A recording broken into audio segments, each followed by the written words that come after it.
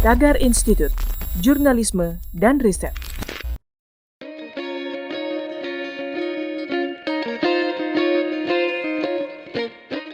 Halo Tagarians, para penonton Tagar TV dan juga pembaca Tagar ID, apa kabarnya? Senang sekali saya, Kori Olivia, bisa kembali menemani Anda di Tagar TV.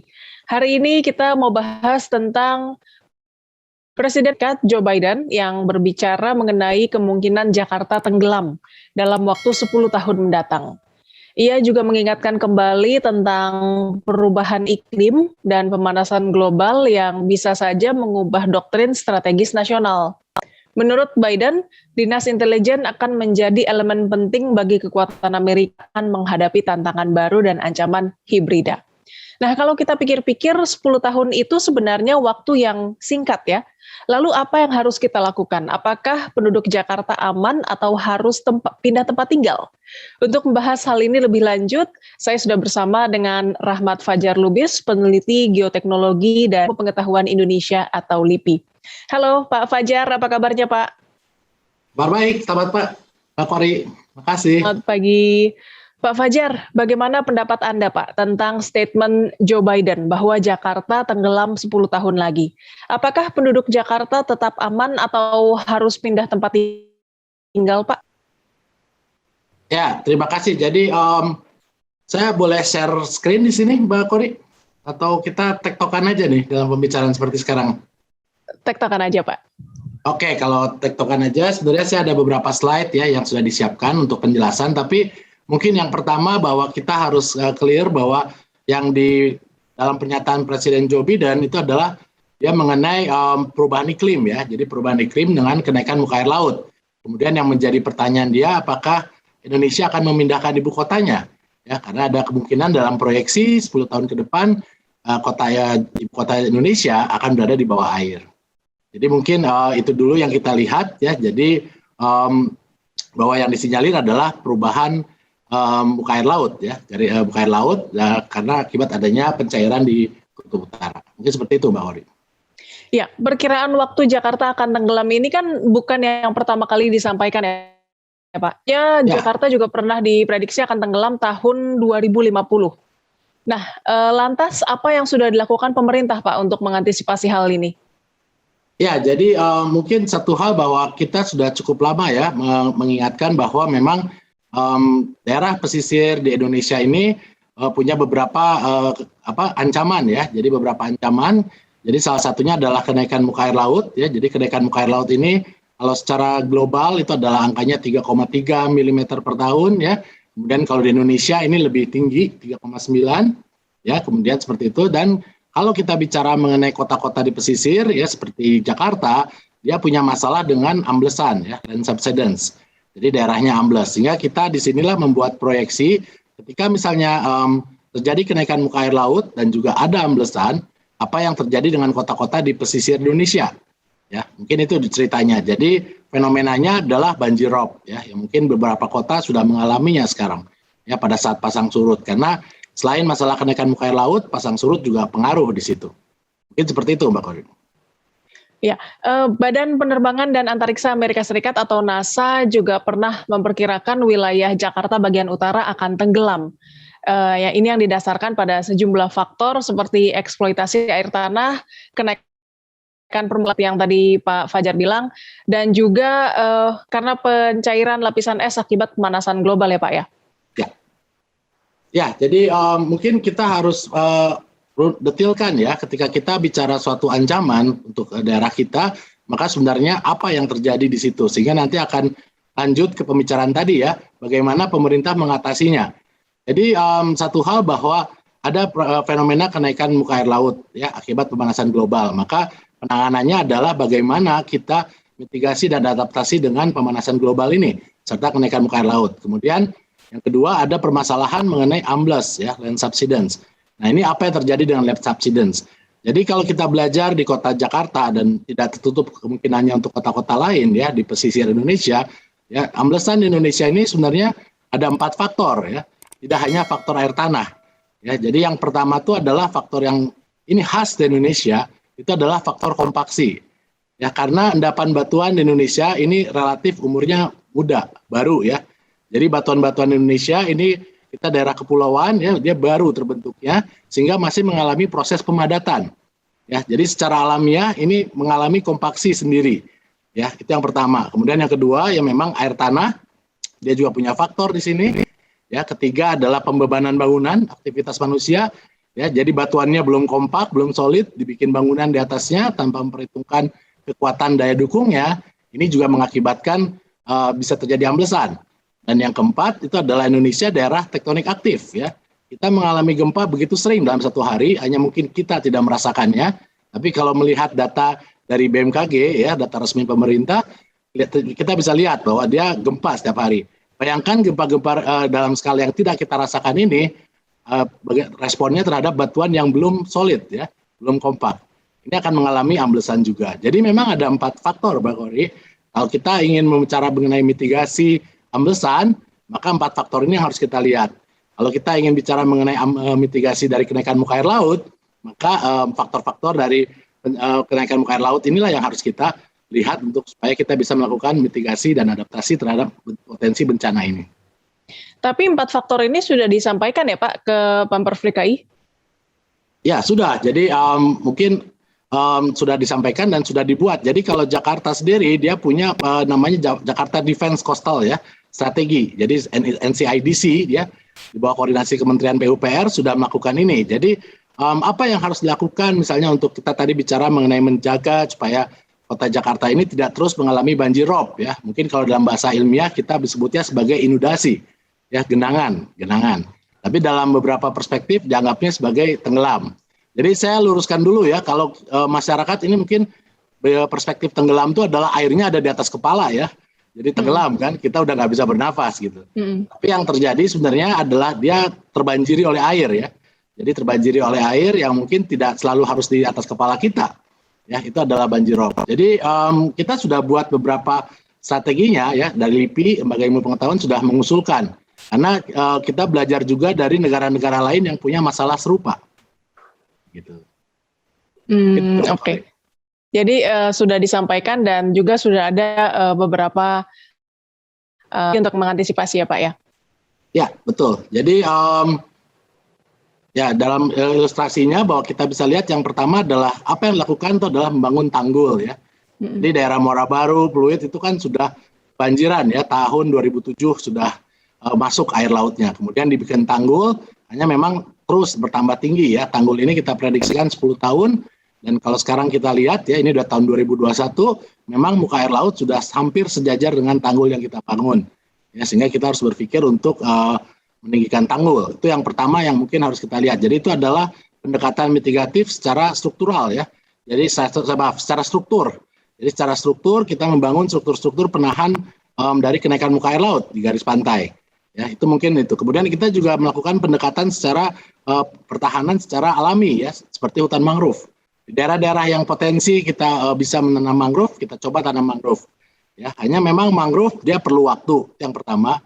Kemudian yang kedua adalah dia tidak tahan kalau kualitas air yang datang dari daratnya itu tercemar, ya, ataupun kualitas air lautnya sendiri tercemar. Jadi dia harus air yang bersih. Nah ini jadi problem di kota-kota besar di Indonesia seperti Jakarta misalnya, bahwa kalau kita nggak jaga sungai kita, gitu ya, ya mangrove ini nggak akan bisa tumbuh, ya, karena memang dia perlu kondisi air yang bersih, bukan air yang tercemar. Ini challenge-nya. Jadi kita sudah melakukan hal seperti itu untuk bicara mengenai bagaimana menahan dari kenaikan muka air laut dari garis pantainya. Ya, kemudian untuk amblesannya sendiri, ya kita sudah punya regulasi ya, daerah-daerah yang belum mengalami kompaksi ya jangan diberikan izin untuk bangunan-bangunan yang berat. Ya, jadi memang dia masih mengalami proses kompaksi. Kalaupun memang akan bangun bangunan berat, ya ini akan menjadi bangunan yang mahal karena akan dipancangkan ke batuan yang sudah stabil. Ya, tapi ini masih di bawah permukaan, jadi dibuat yang pancang fondasi, baru dia bisa membangun seperti ini.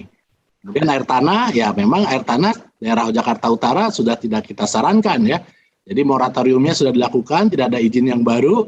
Ya, kemudian pajaknya juga sudah kita coba naikkan, tapi memang solusinya harus ada air bersih untuk warga, ya, air bersih untuk industri. Nah ini yang memang harus mengandalkan dari air perpipaan. Jadi pemerintah harus membangun air perpipaan yang cukup ya, sehingga masyarakat tidak perlu ngambil air tanah lagi. Dan air perpipaan ini harus lebih murah dari biaya produksi air tanah. Karena jangan lupa mengambil air tanah pun perlu biaya, perlu pompa, perlu listrik.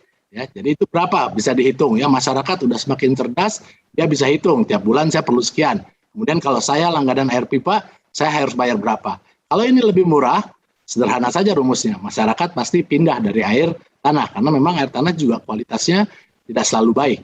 Mungkin seperti itu, Pak Kori. Jadi sudah itu adalah model-model mitigasi yang kita coba kembangkan ya untuk permasalahan dari banjir rob.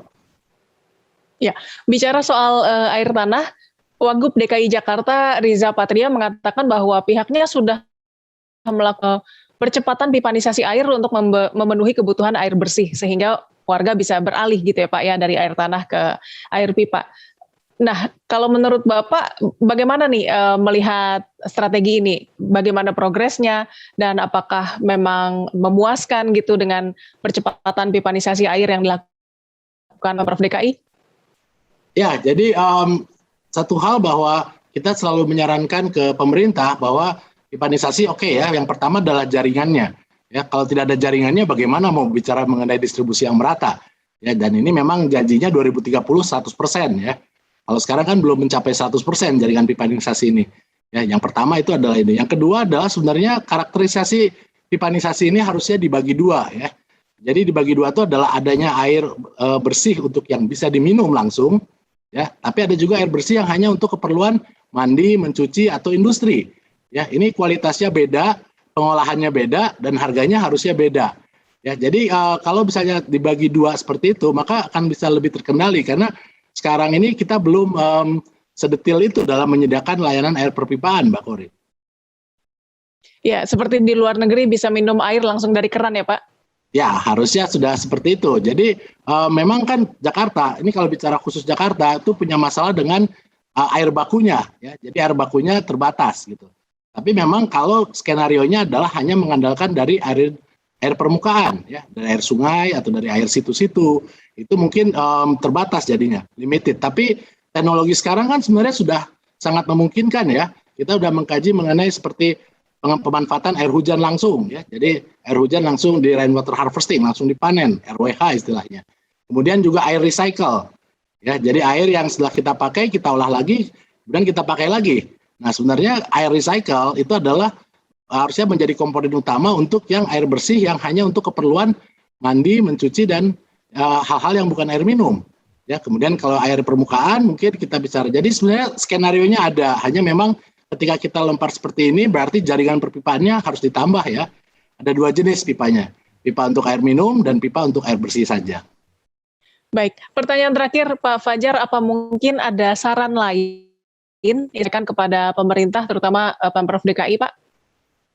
Ya, jadi konsep ya mengenai Jakarta tenggelam, ya itu sebenarnya tidak hanya ancaman dari muka air laut ya, yang memang sampai saat ini faktanya dia naik, tapi sebenarnya naiknya tidak terlalu besar ya kalau kita bicara mengenai ketinggian. Jadi ketinggian topografi di pantai Jakarta itu rata-rata 2 meter. Ya, sedangkan kenaikan muka air laut ini adalah 3,3 mm ya. Ini beda orde. Ya, jadi seperti itu. Kalaupun misalnya sekarang banjir rob terjadi ya, itu adalah kemungkinan besar itu adalah lebih banyak faktor dari land subsidence-nya. Ya, jadi amblas di daerah pesisir. Tapi daerah pesisir Jakarta ini bisa dimaklumi ya kalau bicara amblas karena memang secara geologi dia adalah endapan dari proses endapan dari endapan laut dan endapan sungai ya yang bermuara di Jakarta. Kami dari para geologis menyebutnya sebagai aluvial. Jadi memang aluvial masih mengalami amblesan. Ya, jadi tadi udah ada kiat-kiatnya dilakukan seperti ini. Jadi cerita mengenai amblesan ini sebenarnya bukan cerita baru ya. Jadi artinya kalau kita bicara mengenai perubahan muka air laut itu adalah dalam geologi adalah siklus yang disebut sebagai transgresi dan regresi. Ya, kemudian juga ada ingresi di sini kita bisa lihat. Jadi itu adalah sesuatu yang bukan hal yang baru ya, dan kita bicara mengenai adaptasinya. Jadi kita siapkan skenario mitigasi. Tadi saya sudah sebut cukup panjang lebar ya. Jadi ada beberapa skenario yang bisa kita lakukan. Kemudian yang kedua adalah skenario adaptasi. Ya, kita harus siap menghadapi masalah isu Jakarta akan tenggelam ini. Ya, baik tenggelam karena banjir rob maupun karena banjir. Karena sebenarnya Jakarta punya masalah banjir juga. Dan itu kalau mau bicara soal tenggelam, itu bisa didefinisikan sebagai tenggelam juga. Jadi skenario-nya harus integratif, ya, poinnya jelas, kemudian masyarakatnya harus dicerdaskan, ya. dia harus tahu apa yang akan terjadi sehingga mereka bisa adaptasi. Misalnya daerah-daerah yang ada di garis pantai itu mulai berpikir mengenai rumah panggung misalnya. Jadi nggak usah jauh-jauh lah, kalau kita pergi ke daerah Marunda ya, itu ada rumah pitung ya. Kita bisa lihat rumah pitung adalah salah satu heritage kita, pejuang Indonesia, itu rumahnya rumah panggung. Artinya pada saat pitung pun mereka sering kebanjiran ya. Gitu mungkin seperti itu Mbak Ori. Jadi adaptasi dan mitigasi itu adalah kuncinya kalau kita mau menghadapi isu ini. Tapi tentu saja datanya harus jelas sehingga kita tahu persis apa yang kita hadapi. Baik, Pak Fajar.